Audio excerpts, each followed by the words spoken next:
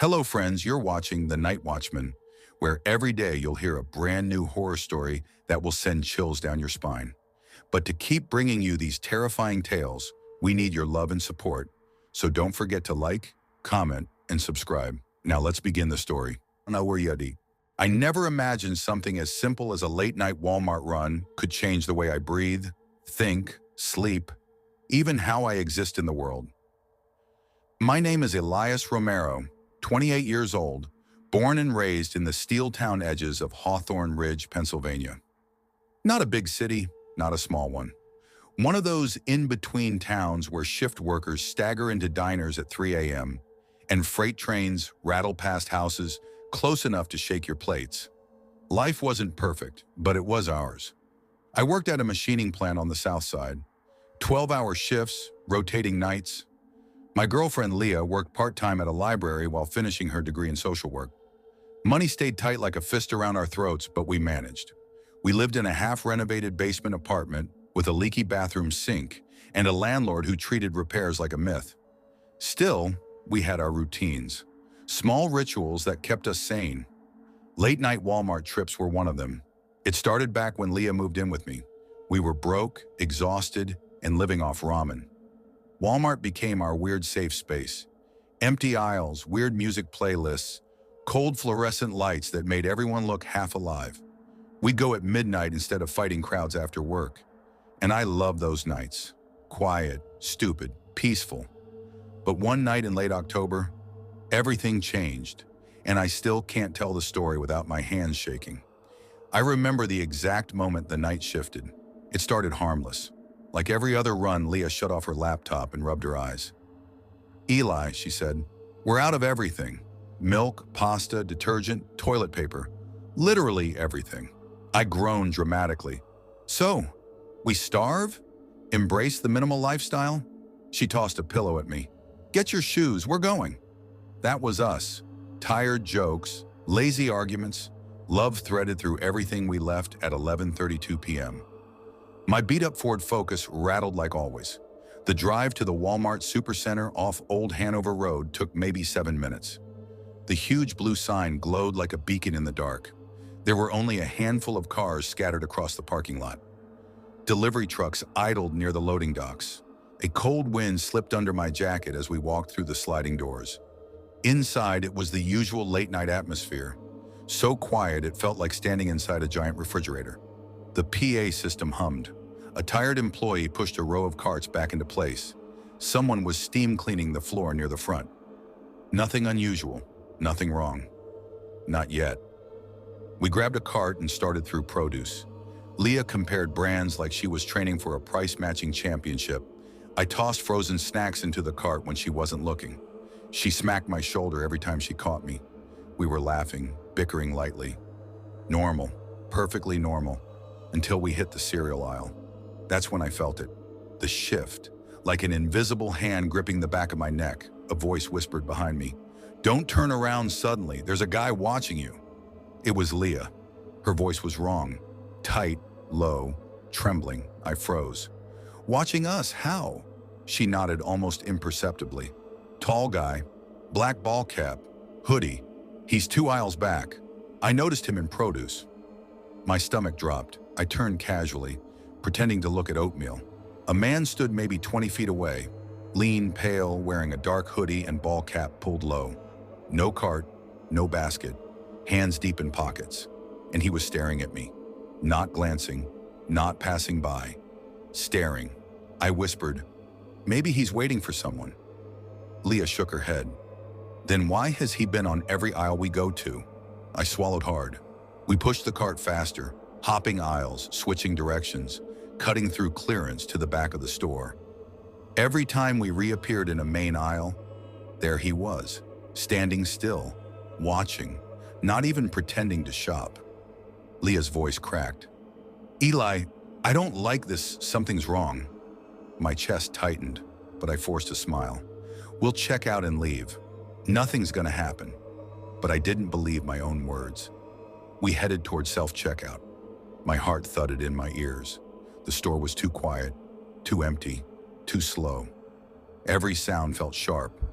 As we cut through women's clothing, The air shifted again, like pressure before a storm. And then, heavy footsteps. Fast.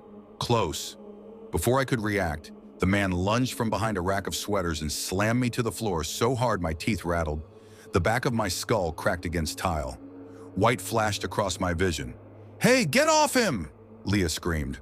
The man's knee drove into my chest, crushing the air from my lungs. He growled, "Loss prevention? You're detained for theft." I choked out, "What the hell are you talking about? I didn't take anything." Leah shouted, "We didn't steal anything. Let him go." The man snarled at her, "Back up, now, unless you want to be detained too." More men appeared from nowhere. One in a Walmart vest, another in plain clothes. They grabbed my wrists and yanked them behind me. Cold metal snapped around my skin. Handcuffs. Real ones. Not store restraints. Not zip ties. Police-grade cuffs. I thrashed, panicking. "You got the wrong guy. Check the cart. Check your cameras." But they didn't care. The vest guy barked into his radio. "Subject detained. Matches description exactly." "Exactly what?" I gasped. "What description? Who are you looking for?" But nobody answered. The plainclothes guy tightened the cuffs while saying, "Stop resisting." I wasn't resisting. I was begging. Leah held up her phone, voice shaking with rage. "I'm recording this. He didn't do anything." One of the men snapped, "Put that phone down or you'll be arrested too." She didn't move. She just kept filming, tears streaming down her face. Within minutes, 2 uniformed officers rushed in. Relief washed over me for half a second. They'd listen. They had to, until one officer grabbed my shoulder, shoved me hard against a column, and said, "Victor Hale, you're under arrest for felony shoplifting." My brain stopped. "What? That's not my name. I'm Elias Romero. Check my wallet." The officer snapped, "Don't reach for anything." "I'm not. I just check it yourself." Before I finished, he slammed me backward onto the floor again. My jaw cracked against tile. My ears rang. "Stop resisting," he shouted. I wasn't resisting. I was barely conscious. Leah sobbed, "Please, he's not resisting. You're hurting him." The other officer threatened her. "One more step and you're coming with us." They dragged me by my arms through the store like a dead animal. My vision blurred. People stared. Random shoppers, workers, the janitor. Nobody stepped in. Nobody ever does. At the patrol car, I whispered, "Please, call me by my real name, please." The officer responded, "Save it for court, Hale." At the county jail, they stripped my belongings, processed me, fingerprinted me. Everything numb, everything spinning. I begged the booking clerk, "Check my ID, please. I'm not the guy they're looking for." She scanned it and frowned. "It says Elias Romero." I exhaled in relief. She turned to the arresting officer. "This doesn't match your suspect." His jaw tightened. "Fake ID." Before I could speak, they shoved me toward holding. The cell stank of sweat, dried puke, and something metallic. A fluorescent light flickered overhead. Men stared at me like fresh meat. A guy across the room snorted, "Yo, new guy, what did you steal? Diapers or snacks?" Another laughed. "Looks like you cried when they cuffed you." I didn't respond. Didn't breathe, didn't exist. 9 hours crawled by, then 12, then almost 24. No apology, no explanation, no humanity. Finally, late the next evening, someone compared mugshots after the real suspect. Victor Hale, a man with multiple priors, was arrested in another county. He looked nothing like me, except for one thing. Latino, short hair. That was enough for them. A guard shoved my belongings into my chest and muttered, "You're free to go." No sorry, no explanation, not even eye contact. Just tossed out like trash, Leah was waiting outside with red, swollen eyes. She threw her arms around me and sobbed into my shirt. "We're suing them," she whispered, "all of them." Her video had already gone viral, millions of views in hours. Every comment screamed about racism, violence, Walmart negligence. I couldn't watch the video. I couldn't listen to my own voice begging, "I'm not resisting," because every time I closed my eyes, I felt the tile slam into my cheek again, felt the cuffs digging into bone. Heard the officers calling me a name that wasn't mine. I tried going back to Walmart days later. I made it through the sliding doors, but the moment I smelled that mixture of floor cleaner and artificial grocery scent, my heartbeat spiked. My vision fogged. My hands shook uncontrollably. A panic attack hit so hard I nearly collapsed.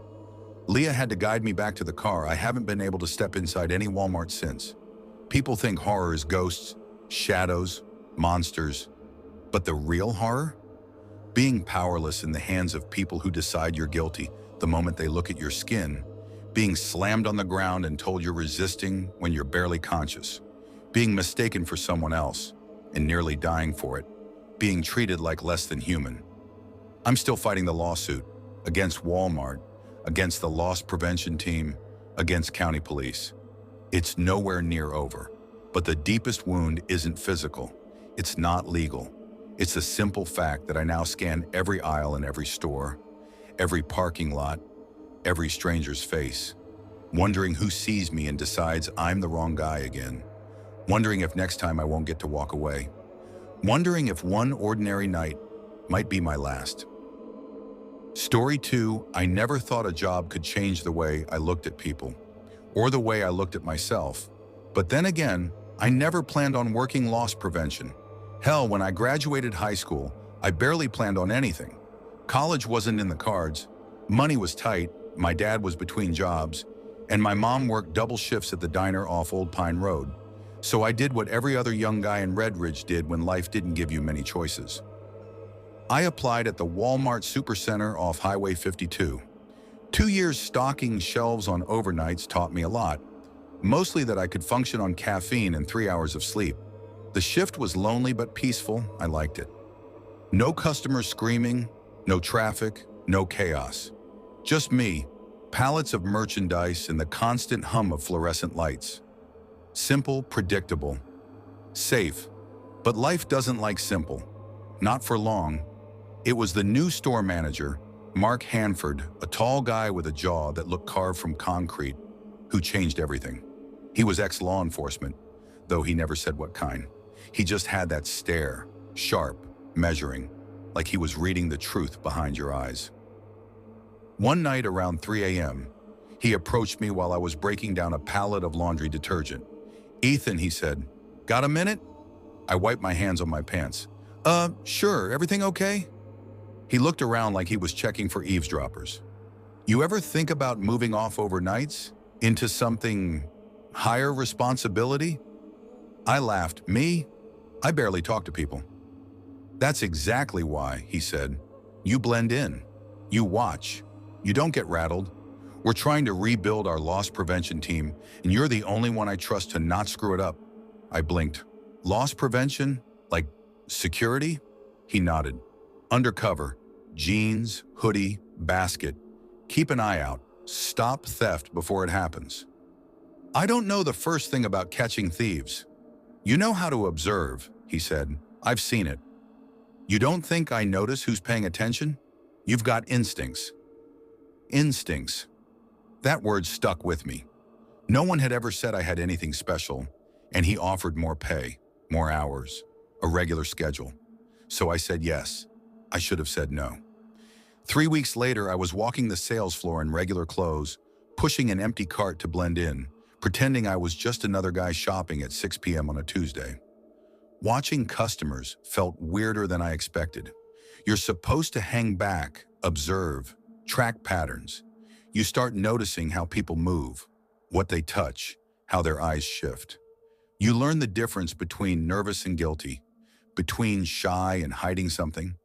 Most of the time, the job was routine. I caught a college kid slipping headphones into his jacket, a dad stealing infant formula because he couldn't afford it, a woman stuffing lipstick up her sleeve. People weren't hardened criminals. They were just people flawed, desperate. But everything changed the night I saw her. It was a Thursday, crowded, noisy, the kind of night where the store felt alive, buzzing, almost vibrating from the sheer number of voices echoing through the aisles I was patrolling near hardware when she rolled past me on one of the motorized carts. She wasn't old enough to need one, not quite. Maybe late 50s, early 60s. Heavy set, wearing a long, oversized coat, too big for her frame, with layers of mismatched sweaters underneath. Her skin looked pale, almost gray in the bright lights, and her eyes were wrong, wide, glassy, like she wasn't looking at products. She was looking at people, tracking them, studying them, tracking me. I tried not to stare. Rule number 1, don't make people feel watched. But the moment my gaze drifted toward her, her head snapped up and locked onto me, like she'd been waiting. Her stare pinned me in place. I looked away, pretended to check my phone, but even as I turned down another aisle, I felt her eyes burning a hole in my back. At first, I chalked it up to paranoia. New job jitters, seeing threats where none existed. But then, something else caught my attention. She looked bigger, not fatter, not suddenly swollen, just bulkier, like her coat had inflated, like there was something underneath it that hadn't been there 10 minutes ago. I decided to follow at a distance, 10 yards back, enough to watch, but not enough to intimidate. Every aisle she turned into, she glanced over her shoulder. Every time she saw me, her jaw clenched. 20 minutes passed like this, me shadowing her, her drifting from aisle to aisle in a strange, jittery pattern. Sometimes she'd stop, sit completely still for 5 seconds, then dart forward without warning. Sometimes she muttered under her breath, words I couldn't understand. Eventually, she wheeled into the cleaning supplies aisle I followed. She stared at a shelf of bleach, unmoving. Her scooter hummed softly beneath her. This was it. I had to say something. I walked toward her slowly. "Ma'am, can I talk to you for a moment?" Her head swiveled toward me unnaturally fast. "What do you want?" she hissed. "I'm with store security," I said, keeping my voice steady. "I've noticed some unusual behavior. I just need to check." "You accusing me?" she snapped. "You think you're somebody?" "No, ma'am. Then stop stalking me." People nearby turned their heads. Shoppers froze. A couple backed away. I swallowed. "No one is stalking you. I just need to check." "You're lying." Her voice was low now. "Dark. I know your type. Creeping around, watching women."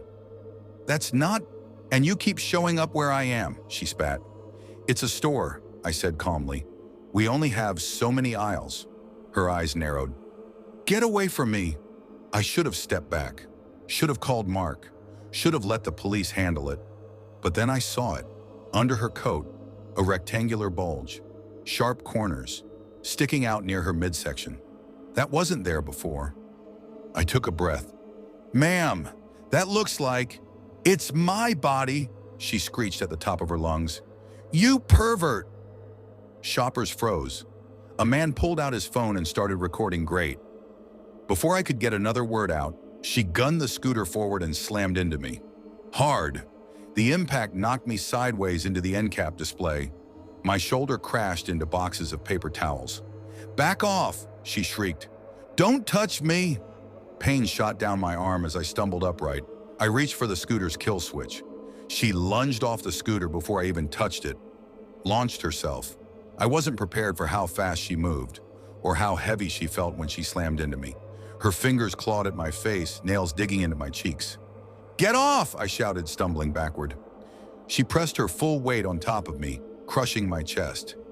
Every breath felt like inhaling rancid garbage. Sour sweat, rotting food, something damp and moldy trapped in her clothes.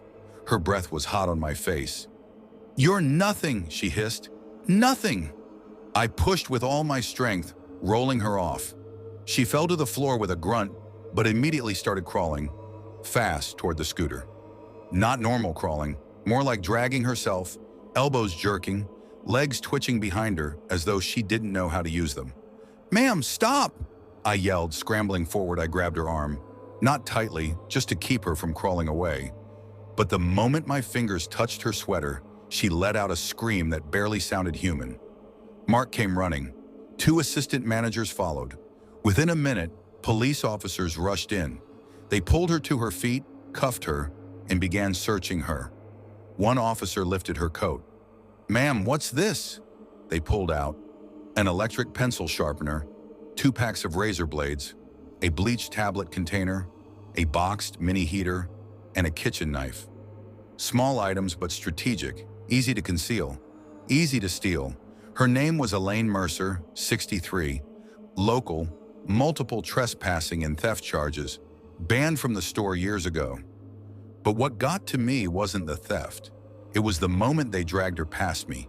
She twisted just enough to look at me. Her eyes locked onto mine and she smiled. Not a human smile. Something stretched, forced, skin too tight on bone. "You'll see me again," she whispered. My stomach dropped. "What?" The officer tugged her forward. "Ma'am, keep walking." But she kept staring at me until she was out the doors. I didn't sleep that night or the night after. Every time I closed my eyes, I saw her face inches from mine, felt her breath, heard that whisper. I tried telling myself it was routine, just another stop gone wrong, but something was off. Something didn't sit right in my chest. Mark noticed. "You okay?" he asked the next day. "Yeah," I lied. "Just tired." He studied me for a long moment. "She didn't just steal things," he said quietly. "People like her. They watch, they stalk, they choose. You were lucky she didn't have anything worse on her." The way he said it made chills crawl up my spine, like he knew something he wasn't saying. For the next week, I avoided aisle 14, the aisle where everything happened. I avoided scooters, avoided older women in bulky coats. My nerves were shot. Every rustle behind me made me jump. But Friday night, I had to face it. The schedule placed me on store walkthrough at 8 p.m. Peak hours, I told myself it was fine. Nothing would happen again. Elaine was gone. I walked down the frozen foods aisle, scanning for suspicious movements. That's when I heard it. A soft, mechanical whir. Not loud, not close, but unmistakable. The sound of a motorized scooter. I froze. The sound grew louder. Closer. My throat tightened. My breath got stuck halfway up. I turned. A scooter sat at the end of the aisle. Empty.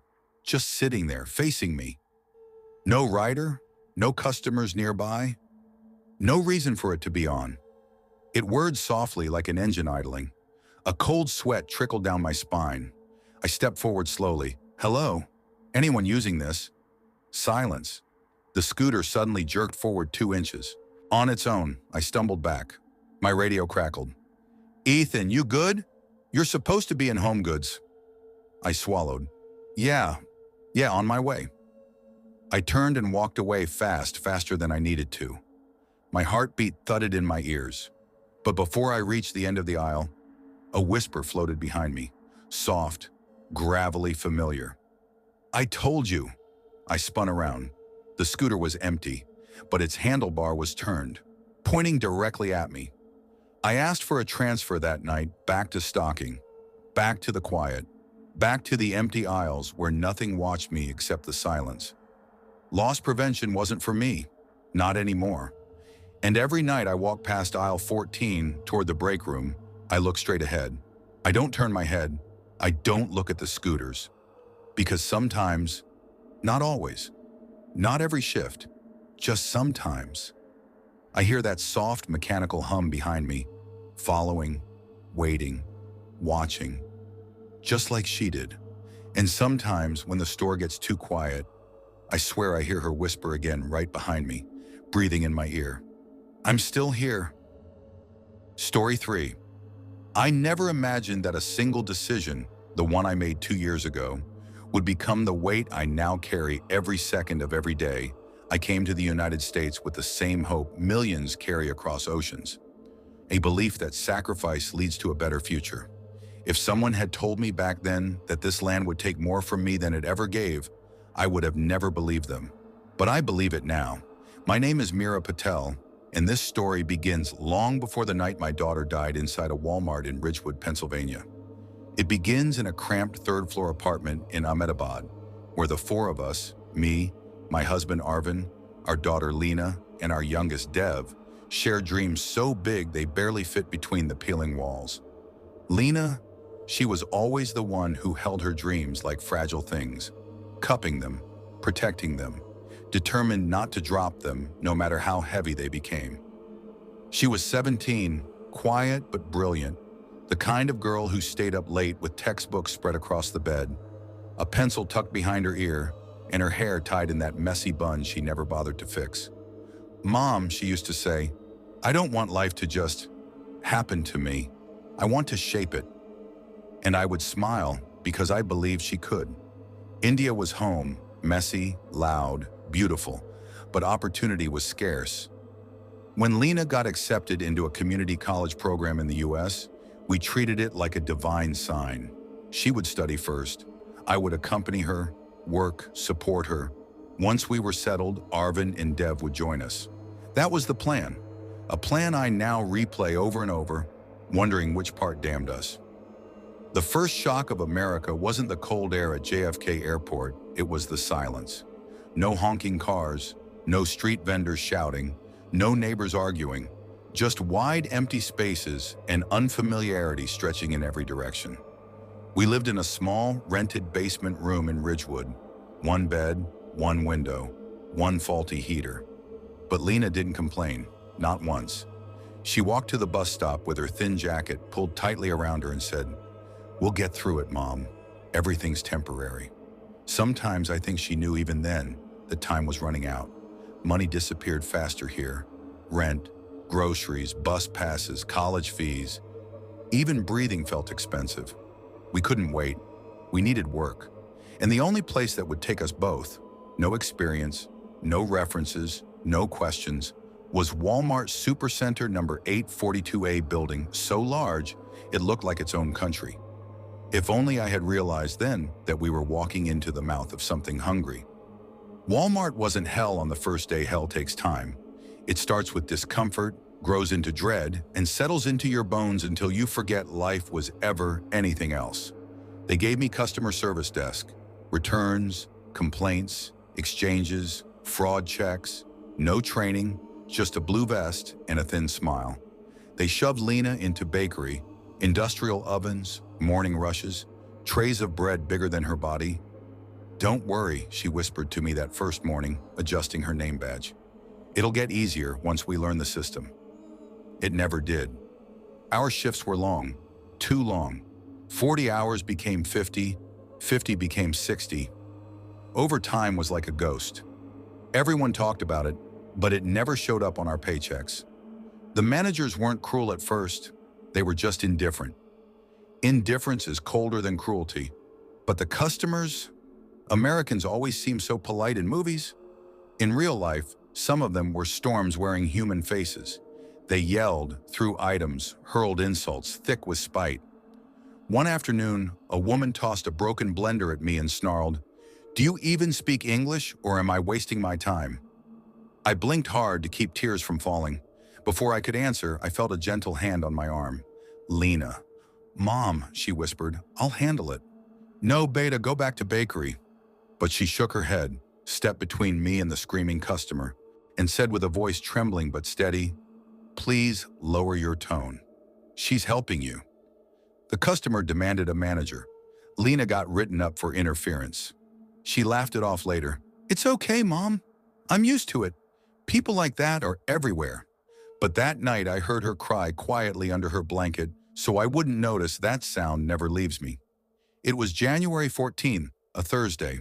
Snow had fallen overnight, thick and crusted with ice. Ridgewood becomes a ghost town in winter. Frozen streets, empty bus stops, everything buried under white. We bundled ourselves in scarves and gloves.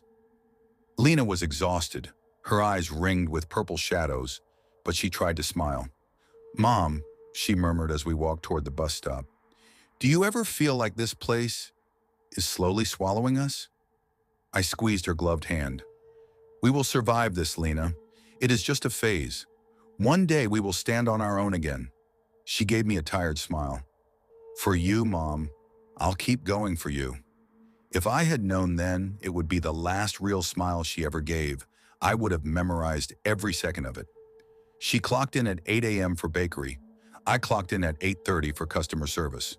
We always met at 1 p.m. for lunch in the break room, a tiny ritual in a life that had lost all softness. At 12:58, I sat in my usual corner, holding the dal paratha I packed. I kept glancing at the door. 1:02, 1:07, 1:15. She never missed lunch. I texted her, "Lena, where are you? I'm in the break room." No reply. I called.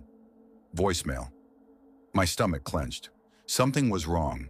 By 1:30, I was pacing the store instead of working. I checked customer restrooms. Empty. I checked aisles. No sign. I checked the back room, the receiving dock, even the parking lot. Nothing. When the shift finally ended at 4, I rushed to the front doors where she always met me. She wasn't there. A cold panic built in my throat. My hands shook so badly I could barely hold my phone. I ran back inside toward the bakery.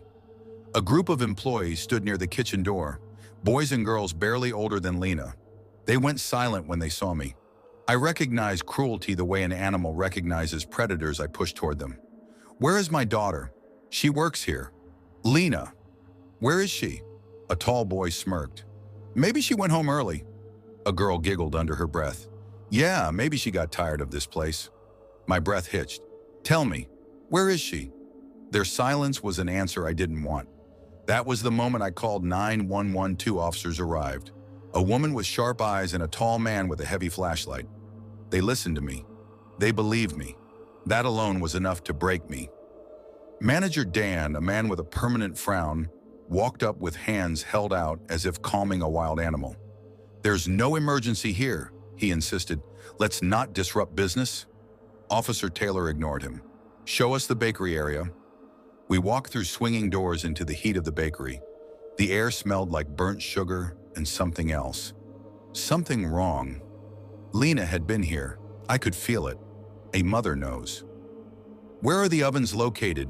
The officer asked the bakery lead. A short man with shaking hands pointed toward the back. That one. The industrial oven. My heart sank. I felt my knees shake. The female officer stepped closer. Open it! Something inside me screamed, no, no, no! But my hand was already reaching for the handle. The metal burned my palm. I opened it. A wave of blistering heat blasted my face, and I saw her, my daughter, my Lena, curled on the oven floor, skin blackened, limbs twisted, hair burned away. Her hands were clawed upward, as if she had been scratching at the door, trying to get out, trying to live. The sound that ripped out of me didn't feel human. I collapsed, screaming, choking, reaching toward her. No! No! Lena! Please! Let me go! Let me go to her! The officers grabbed my arms, but I thrashed, kicked, begged. Let me hold her! Let me hold my child! Someone pulled me back. Someone screamed for paramedics.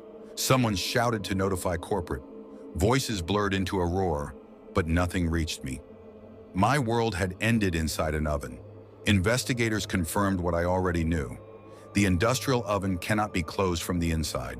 The control switch is outside on the wall.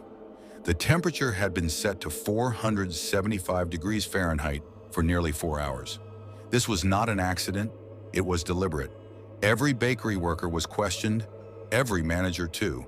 But people lie when their jobs are on the line. Management whispered about company reputation, liability, unauthorized access. They never said my daughter's name, not once. They suspended 3 employees, but only for misconduct, not murder. Corporate sent condolences in the form of a generic email addressed to the family of the deceased associate. Deceased associate, she had a name. Her name was Lena Patel. She was my child. The reason I crossed oceans? Days passed in a fog. I couldn't eat, couldn't stand, couldn't breathe. Nights were worse. I woke thinking she was calling me. Mom, Mom, please. Arvind and Dev arrived from India 2 weeks later. When Arvind saw me, he didn't speak. He just held me as I trembled. We will fight, he whispered into my hair. For her, for justice. But how do you fight Walmart? A corporation bigger than countries? A system designed to grind people into silence? Yet I know one thing. If I don't fight, Lena dies twice. Once in that oven, and once in memory. I won't let that happen. She deserves truth, she deserves justice. She deserves for the world to know she existed. Story 4. I never planned on ending up back in my hometown of Clearwater Oaks, Ohio, standing under the flickering fluorescent lights of a Walmart supercenter, trying to glue together the pieces of a life that had slowly, painfully fallen apart. But that's exactly where I was on a cold October evening, breathing in the stale mix of floor cleaner and fryer oil drifting from the deli, pretending like everything was fine. If I'm being honest, nothing in my life had gone the way I thought it would. 3 months before I clocked in for my first shift, I'd been living with my girlfriend Julia in a tiny apartment in Toledo. We were together for almost 3 years, long enough for me to think that maybe I was done with the messy part of life. I'd found work as a line cook, we split the rent, and for a while things felt stable, predictable, safe, until it wasn't. She left me for someone she worked with, someone with more money, someone with a car that didn't stall at every red light, someone who wasn't me. I know heartbreak is supposed to hurt, but this one punched a hole right through me. I lost my job 2 weeks later. My fault, I'll admit it. I couldn't focus, couldn't stay present, and when I ended up burning a tray of chicken for the second time in a night, the manager shook his head and told me to grab my things. I tried to tough it out, but rent doesn't care about heartbreak or pride. I packed my clothes into 2 trash bags, shoved everything into the back of my dying Honda, and drove 2 hours south to Clearwater Oaks, where my mom still lived. "Just stay until you get back on your feet," she'd said. That was 4 months ago. Returning home at 25 felt like walking backward in time. Same quiet streets, same peeling paint on the shed in our backyard, same corner store run by the same old man who still asked if I wanted the usual, even though I hadn't lived there in years. And then came Walmart. It wasn't glamorous, but it was hiring. And at that point in my life, being hired anywhere felt like someone throwing me a rope while I was drowning. I started in grocery, evening shifts mostly, stocking shelves until my legs felt like rubber bands. It was monotonous, but familiar enough that I didn't mind. Work became the one place where my brain didn't replay the breakup, didn't replay all the ways my life had gone off the rails. Funny how the place that felt like an escape ended up giving me something much worse. Her name wasn't Marla, but that's what I'll call her, because even now, her real name makes me feel like someone is standing right behind me. The first night she clocked in, she walked into the break room with her hoodie half zipped and her hair in a messy twist that looked like she hadn't bothered with a mirror. She dropped her backpack onto the table with a loud thud and stared around the room like she was sizing everyone up. That stare, it wasn't normal. Her left eye tracked whoever she was looking at, but her right eye drifted slightly inward, making it hard to tell where her attention really was. It wasn't her fault, obviously, but it made conversations feel strange, like she was watching 2 people at once. "Hey," I'd said that first night, trying to be friendly. "I'm Isaac." She didn't smile, didn't nod, didn't even blink. "Marla," she answered flatly. Then she added, "Don't touch my food in the fridge, I mark everything." I remember blinking at her, unsure whether she was joking or not. She wasn't. During training, we were paired together a lot since we were the 2 new hires. At first, I felt relieved. Starting a job is easier when someone else is just as new and confused as you are. But Marla wasn't confused. She moved through the store like she already knew it, like she had memorized every aisle before ever stepping inside, like she had been waiting for this job. And from day one, she was intense. A customer asked where the coffee filters were. She pointed, didn't say a word, didn't move, just pointed like she was annoyed the woman dared to speak. A manager told us to pick up the pace. She muttered just loud enough for him to hear, "Maybe if you paid us more than scraps." I expected her to get a warning, a write-up, nothing happened. Walmart wasn't picky. If you worked fast, they put up with attitude. But the part that stuck with me, the part that told me something was wrong, was how she watched people. Always out of the corner of that drifting eye, always quietly, always intensely, like she was studying them, like she was taking notes. I should have trusted my instincts, I really should have. But when you're broke, heartbroken, and trying not to disappoint your mom again, you learn to swallow discomfort, to ignore warning signs, to tell yourself things like, "She's just weird. She's probably had a rough life. It's not my business." And honestly, part of me liked having someone to talk to. On slow nights, Marla wasn't funny, at least not intentionally. But she didn't dance around things the way other people did. She said what she thought, even when it made me uncomfortable. sometimes especially when it made me uncomfortable. One night around 11 p.m., while we were zoning the juice aisle, she said completely out of nowhere, "I wish the store manager would drop dead. I'd finally get a day off." I forced a laugh. "You're joking, right?" She didn't look at me when she answered. "Does it sound like I'm joking?" I remember standing there holding a bottle of apple juice, feeling the cold sweat slide down my back. She didn't smile, didn't blink, just kept zoning. Another night, a little boy was running laps around the toy section, pretending to be a dinosaur while his mom scrolled on her phone. He bumped into a display and knocked over a row of puzzle boxes. Marla leaned in and whispered in my ear, "If that were my kid, I'd strangle him until he stopped making noise." I tried to tell myself she was just venting. People say dark things sometimes. It doesn't mean they mean them. But this felt different. It felt practiced, like she had said it before, like she wanted someone to hear her say it. Still, I kept working with her because life had numbed me, because I didn't have room for more problems, because I kept thinking, it's just talk. God, I wish it had stayed just talk. It was late November when things took a darker turn.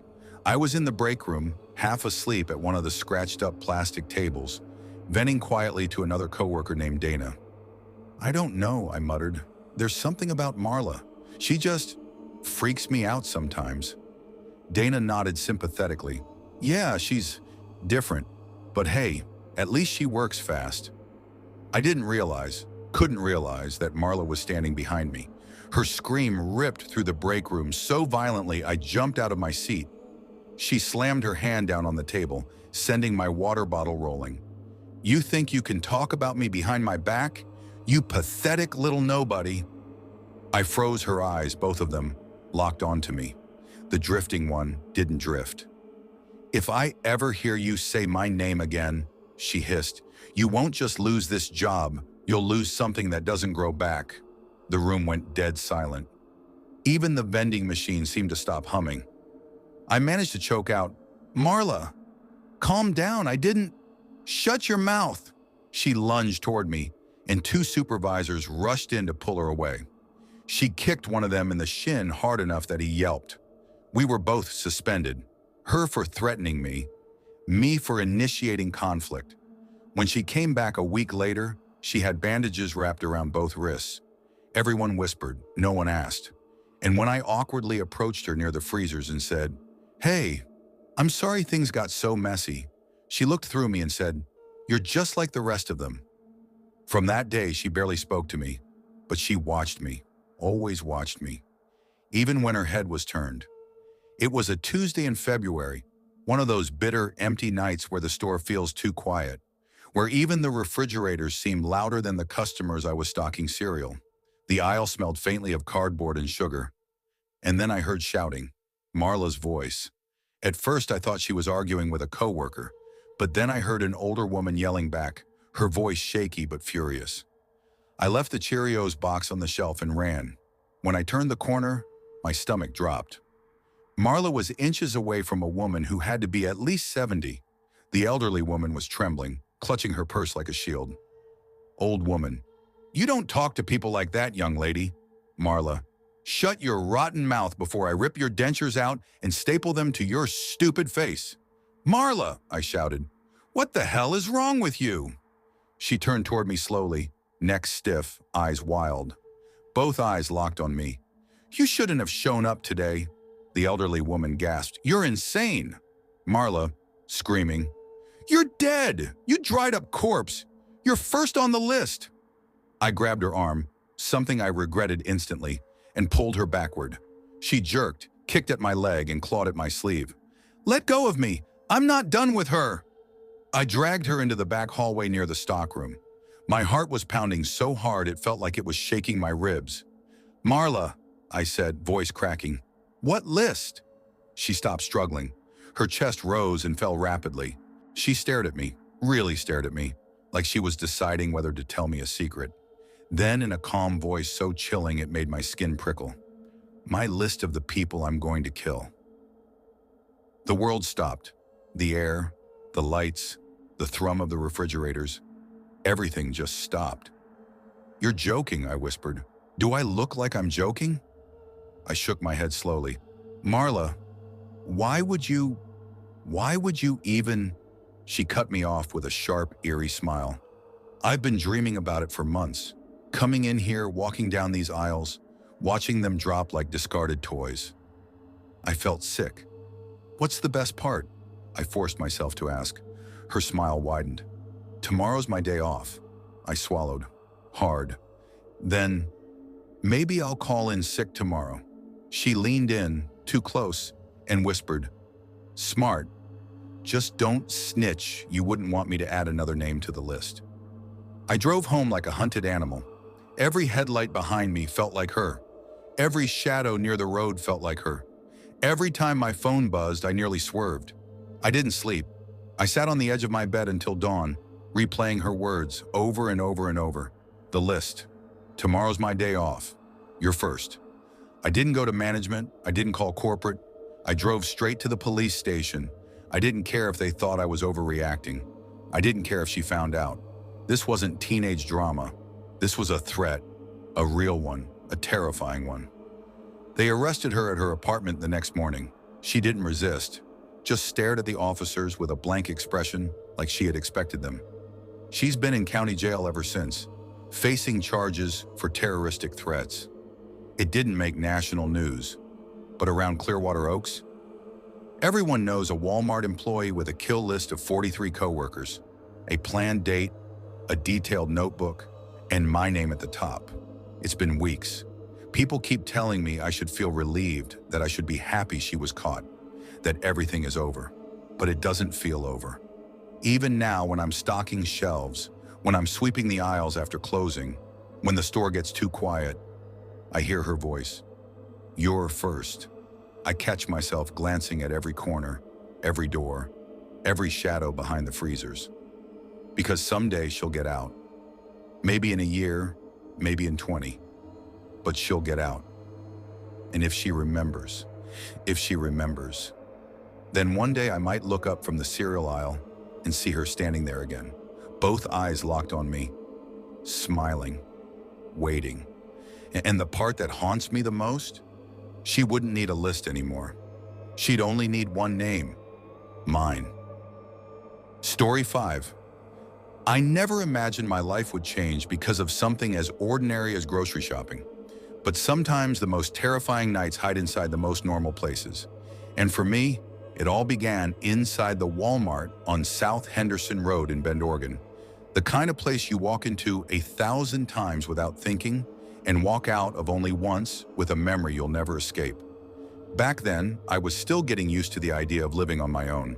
I'd moved to Bend from a tiny logging town 2 hours south, a place where everyone knew your name, your family, and the name of your family's dog. Bend was different, bigger, noisier, more expensive. Rent chewed through my savings like a wood chipper, and sharing a cramped 2-bedroom apartment with my friends Eli and Jesse wasn't the freedom I once imagined it would be, but I was trying to be better, trying to be useful, trying to prove that moving here wasn't a mistake. Somewhere along the way, I became the cook of the apartment. Not because I was amazing at it, but because I cared enough to try. I watched recipe videos between shifts, called my mom at least 3 times a week, asking why my pasta sauce tasted like warm ketchup and burned through more pans than I liked to admit. But my friends appreciated it, and I liked that feeling, being the one to take care of us when everything else felt uncertain. That night, it was almost 10:15 p.m.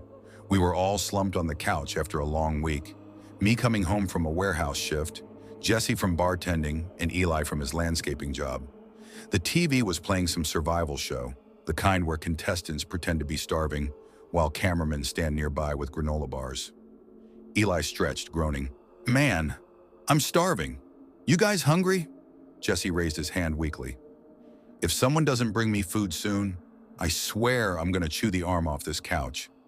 I smirked. We're broke. Delivery is a luxury reserved for people with real jobs. You have a real job, Jesse said. Yeah, I said, shrugging. It just doesn't pay like one. They laughed, and for a minute, everything felt okay. Normal, easy. Then Eli leaned forward. Come on, dude, make something. You're basically our house chef. Chef? I scoffed. I make scrambled eggs and spaghetti that taste like sadness. You've improved, Jesse said. Your burgers last week didn't kill us. High praise, I muttered. But I was hungry too. And cooking felt grounding, safe, predictable. I stood, stretched, and grabbed my keys. You want burgers? Real ones? Eli sat up like a dog hearing the word treat. Homemade with those crispy onions? And the spicy mayo? Jesse asked.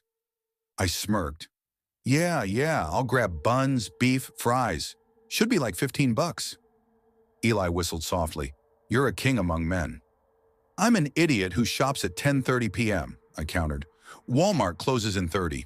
If I'm not back in 25 minutes, assume I died in the frozen aisle. Jesse saluted. Bring back food or don't come back at all. I laughed, grabbed my jacket, and headed out. The Walmart parking lot looked emptier than usual when I pulled in. That late at night, it always had an eerie, hollow quiet, like a stage after the show was over.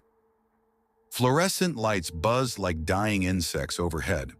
I locked my car, stuffed my hands in my pockets, and headed toward the sliding doors. Just as they whooshed open, a man bumped into me. Hard. Whoa, sorry, I muttered. He didn't even glance at me, just pushed past, almost skipping as he laughed under his breath. The guy looked mid-20s, stringy hair poking out from a gray beanie, eyes wild like he was wired on caffeine or something worse. His hoodie was splattered with something dark, dirt, sauce, maybe both, and he clutched his phone like it was glued to his hand. I stepped aside, uneasy.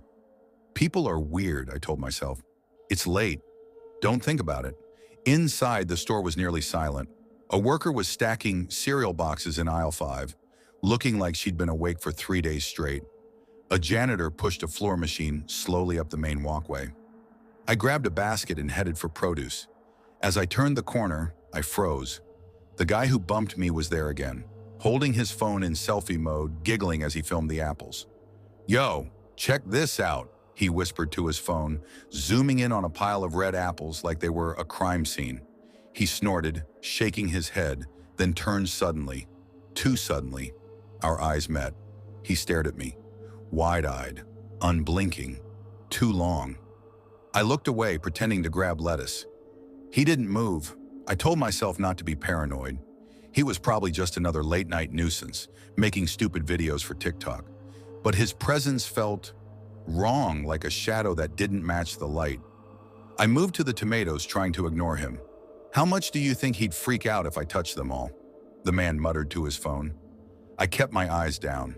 Then he turned toward me. I felt him before I saw him, his sneakers squeaking softly as he approached. Hey, he said. I pretended I didn't hear him. Hey, louder this time. I turned slowly. Yeah? There a reason you keep staring at me? My stomach nodded. I wasn't. Just shopping, man. He laughed, sharp, abrupt, like a glitching audio file. You judging me? You think you're better than me? No, I said carefully. I'm trying to buy groceries, that's all. He leaned closer. His breath smelled sour. His eyes twitched, like his thoughts were sprinting too fast. You disgust me, he whispered. I froze. Before I could react, he grinned. A crooked, unsettling grin. What's wrong? You gonna cry? Gonna run to mommy? He laughed again. You should. Then he spun on his heel and walked away, still laughing, still filming. My hands trembled. I wanted to leave, but I had to buy the food, so I moved quickly. Ground beef, buns, frozen fries, the cheap kind. I moved through the aisles with tunnel vision, the world blurring around me every turn, every sound. I expected him to jump out again, but he was gone. At checkout, I didn't see him near the registers either. Relief washed over me in a shaky exhale. I paid, bagged everything fast, and drove home in silence, trying to push the unease out of my head. Back at the apartment, the guys were waiting. You took forever, Jesse said. What happened? Eli asked. I set the bags down. There was this weird guy, filming himself. He got in my face, just creepy. Let's forget it. Eli frowned. You okay? Yeah. Lie. Let's cook. Cooking relaxed me again. The sizzle of patties, the smell of garlic, the crackle of fries in the oven. By the time we sat down, plates full and laughter flowing, the Walmart incident felt distant, small, dumb. We ate everything, cleaned up, watched TV until midnight. Then we went to bed. At 2:14 a.m., everything went wrong. I woke to a violent cramp ripping through my stomach, a hot, twisting pain that made me gasp. I stumbled out of bed and collapsed. My vision blurred, my skin burned. I vomited across the floor, trembling so hard my teeth clacked. "Eli!" I croaked. "Jesse!" I crawled down the hallway and pushed open Eli's door. He was hunched over a trash bin, gagging violently, his face pale, soaked in sweat. "Bro!" he choked. "Something's wrong!" Jesse's voice echoed from down the hall. "Help!" I crawled toward him. He was lying on the bathroom floor, shaking, vomiting into the tub. Panic surged through me. "We need ambulance, now!" I fumbled for my phone with numb fingers and dialed 911. The operator's voice blurred in and out. "Stay with me. Help is route." 30 minutes later, paramedics carried us out of the apartment, limp, barely conscious, drenched in sweat and vomit. At the hospital, doctors pumped fluids into us, injected anti-nausea meds, drew blood. A nurse shook her head. "Severe contamination. Whatever you ate was tainted with something strong." My heart caved in. "My burgers," I whispered. "I poisoned my friends." For the next 3 days, we lay in hospital beds, drifting in and out of nausea and hallucination-like fevers. Every time Eli or Jesse cried out in pain, guilt stabbed through me. Then on day 4, the truth surfaced. A nurse walked in, holding a remote. "You boys might want to see this." She turned on the TV. A news anchor appeared, solemn. "Police in Bend have arrested 25-year-old vlog creator Dane Mercer after videos surfaced showing him spraying industrial cleaner on produce inside a South Henderson Walmart late Friday night." My blood froze. The screen played footage, taken from the man's own phone. There he was, the same gray beanie, the same jittery movements, the same twisted smile spraying chemicals across apples, cucumbers, packaged meats, laughing as he whispered to the camera. "This'll get views," he giggled in the video. "People eat anything." I felt sick, not from the poisoning, but from rage. Eli walked into my room, IV pole rolling behind him. "It wasn't you," he said softly. Jesse joined him, pale but standing. "Dude, you didn't poison us. That psycho did." Relief hit me hard, so hard I nearly cried. But relief wasn't enough. Not with that man's grin burned into my mind. He looked right at me, threatened me, told me I deserved what was coming. And he meant it. We were discharged after 6 days. Physically, we got better. But mentally, that was a different story. Every time I walked into a store, my heart raced. Every apple, every tomato, every package. I questioned it. Was it tampered with? Was someone watching, laughing, waiting? Cooking, something that once grounded me, now made my hands shake in the apartment. Eli tried to reassure me. "We're safe, man. He's locked up." But that wasn't the point. The point was how easy it had been one person. One can of chemicals, one moment of hatred, and we almost died. Late one night, weeks later, I walked into a different Walmart because we needed toilet paper. As the sliding doors opened, I felt it all again. The lights too bright, the aisles too long, the space too unfamiliar. And suddenly I thought, for every Dane Mercer who gets caught, how many more walk these aisles, laughing, filming, waiting for someone else to take the bait? That night changed me, not because of the poisoning, but because of the realization that horror isn't always ghosts or monsters. Sometimes it's a stranger in a hoodie. Sometimes it's a smile that doesn't reach the eyes. Sometimes it's a Walmart aisle at 10:30 p.m. and a man who looks at you and sees a target, and all you can do is pray you never cross paths with someone like him again.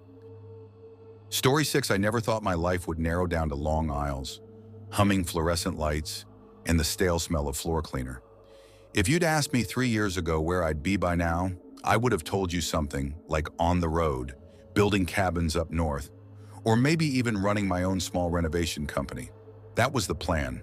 That was the dream. But life has a sharp way of turning on you without warning. Back in 2022, I lived in Boise, Idaho, working carpentry jobs all over Ada County. I wasn't rich, but I was steady. I liked using my hands, liked seeing progress every day, wood turning into something with purpose. But then construction slowed for months. Contracts backed out. My hours got cut again and again until cut turned into gone. By the time spring rolled around, I was behind on rent, behind on everything. My girlfriend of 4 years packed her bags one morning, saying she couldn't watch me drown in hopelessness. I didn't blame her. I didn't fight her. I just watched her walk out the door with everything she bought herself. Makeup bags, sweaters, those stupid copper mugs she insisted we needed. I spent the next 6 months bouncing between part-time delivery gigs, replacing alternators in my dying Chevy Malibu, and sleeping in a cramped room above a mechanic shop that smelled like gasoline and mildew no matter how often I opened the windows. So when I finally landed a job at Walmart, at the location off Franklin Road in Meridian, it felt like a lifeline. A thin one, yeah, but a lifeline still. It was close, it was steady, and the night shift paid a little extra. That's all I needed. My manager was a guy named Dennis Harper, a thick-necked, soft-spoken man in his late 40s, whose forehead was always shiny, as if he sweated constantly, even when he stood still. During the interview, he squinted at me over his tablet and said, "You handle pressure well?" I shrugged. "I mean, depends on what you mean by, you okay with long nights, empty aisles, drunks, fights, people looking to do weird things in the bathrooms?" I blinked. "Is that normal here?" He didn't smile, didn't flinch. "Night shift gets all the leftovers of humanity, son." I laughed awkwardly, thinking he was exaggerating. He wasn't. Working nights was a different universe. Daytime Walmart was parents with carts, retirees buying bread, teenagers loitering near electronics. Nighttime Walmart was its own ecosystem, a strange one. I worked with two stalkers most nights. Eli, a quiet 22-year-old who drank too much energy drink and never stopped listening to EDM. Mason, a sarcastic guy in his 30s with prison tattoos and a surprisingly gentle way of talking to elderly customers. And then there were the customers after 11 p.m., the night people, as Eli called them. Some were harmless, some were tragic, some felt like they wandered in from another world entirely. During my first month, I saw a guy trying to return a raw steak because he didn't like the energy it gave off. A woman who cried while petting every stuffed animal in the toy aisle. A barefoot man who drank expired half and half straight from the carton before security escorted him out. And a teenager who sat in an empty aisle whispering apologies to the air. But none of them truly scared me. Not until the night of January 23rd. It was a Tuesday, freezing cold outside. Snow clung to the sides of parked cars like icing. The store was slow, quiet, almost peaceful. I started my shift restocking frozen foods. The freezer section was always freezing, always loud, always a place where time felt slower. Mason passed by, pushing a pallet stacked with boxes of corn dogs. "You hear the wind outside?" he asked. "Yeah," I said. "Sounds like the building's breathing." He snorted. "Man, you've been reading too much horror crap." I smiled and kept stacking pizzas. 20 minutes later, Eli came skidding into the aisle, his voice pitched high with excitement. "Bro, you see her?" "Who?" "That woman who just came in. Aisle 17. Dude, she looks like she crawled out of a drain." I rolled my eyes. "Stop being dramatic."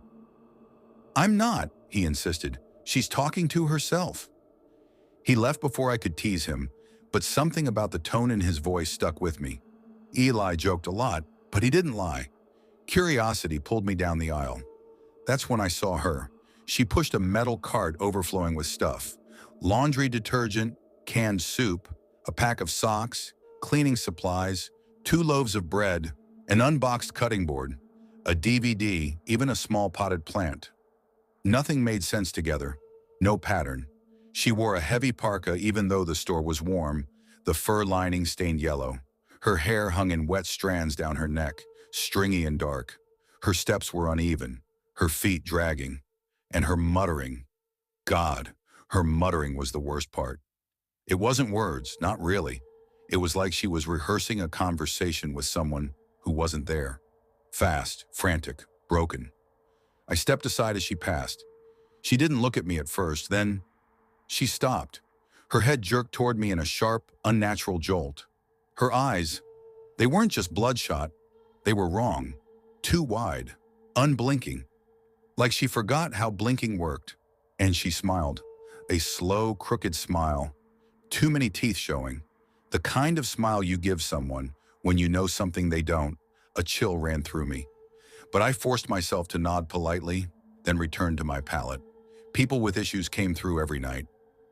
I had no right to judge. She disappeared down the aisle toward the back bathrooms. I glanced at the clock. 11:07 p.m. 15 minutes passed, then 20, then 30. Her cart still sat outside the single-stall bathroom door, untouched. I sighed, rubbed my hands together for warmth, and walked over. The night shift had rules, and one of them was this. If someone stays in the back bathroom too long, check on them. I knocked gently. Ma'am, everything all right in there? Silence. I was about to knock again when her voice came through sharply, like she'd been waiting. Why can't you leave me alone? I stepped back. Ma'am, just checking. You've been in there a while. Have you been watching me? She snapped. Is that your thing? You like watching women? My heart stuttered. What? No, you've been in there almost an hour. I'm just... Go away, she screeched. Before I tell your manager you're harassing me. Her voice was shaking, angry, desperate. I backed away, palms sweating. Okay, I muttered. Just don't stay in there all night. I left the cart alone and forced myself back to work, but an uneasy weight settled in my chest. Something wasn't right. The store closed, doors locked, cashiers clocked out. Mason and Eli gathered near the front eating vending machine chips. Did she come out? I asked. Who? Mason asked. That woman, twitchy, big cart. Eli frowned. Nope, haven't seen her.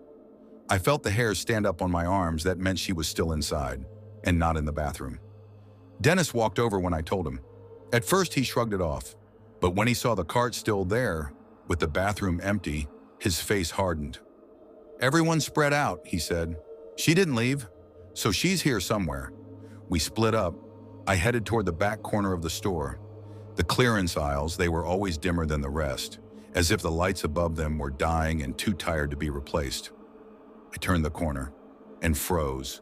Her cart was overturned, items spilled across the floor, broken boxes, crushed bread, wet cereal flakes. The potted plant lay shattered, dirt smeared like black powder across the linoleum, and she was there, on her knees, devouring food, not eating, devouring. Ripping apart a rotisserie chicken with her bare hands, stuffing chunks of meat into her mouth so fast she didn't chew properly. Grease covered her chin, her neck, her sleeves. A half-empty bottle of cheap red wine lay beside her. Muffin wrappers, torn bread, a crushed can of peaches she tried to lick clean. For a moment, she didn't notice me. Then her head whipped upward, fast, animalistic. Her mouth still full, lips wet with grease, she hissed. You've been following me. No, I said quickly, raising my hands. Ma'am, listen. We just need you to put the food down and come to the front. We'll help you, okay? Just come with me. She snorted out a laugh, a high, broken laugh that didn't sound human. Then she lunged. She hit me like a linebacker. Her strength was unreal, her fingers clawing at my face, her knees digging into my ribs. I smelled the sour wine on her breath, the rot of old food between her teeth, the sharp ammonia smell of unwashed clothes. She tried to bite me. Her teeth scraped my cheek. Help! I yelled, trying to shield my face. She shrieked, Stop watching me! And slammed my head into the floor. Everything went blurry. Then, hands grabbed her from behind. Mason tackled her first.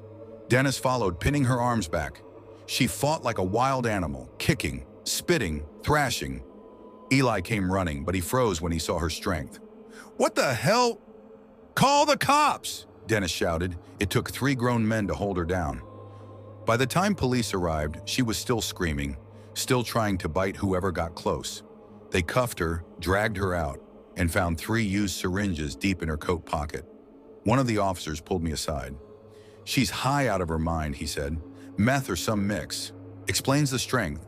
Explains everything." But his eyes told me he'd seen something worse than just drugs. I felt the same. You'd think surviving something like that would make you feel brave, like you weathered something most people never have to. But it did the opposite. For days, my hands shook. I kept replaying her face, grease smeared across her chin, her eyes too wide, her laugh echoing off the empty shelves. I kept feeling her weight on me, her teeth scraping my cheek, her fingers clawing for my eyes. Every time I stalked late, I jumped at any sound.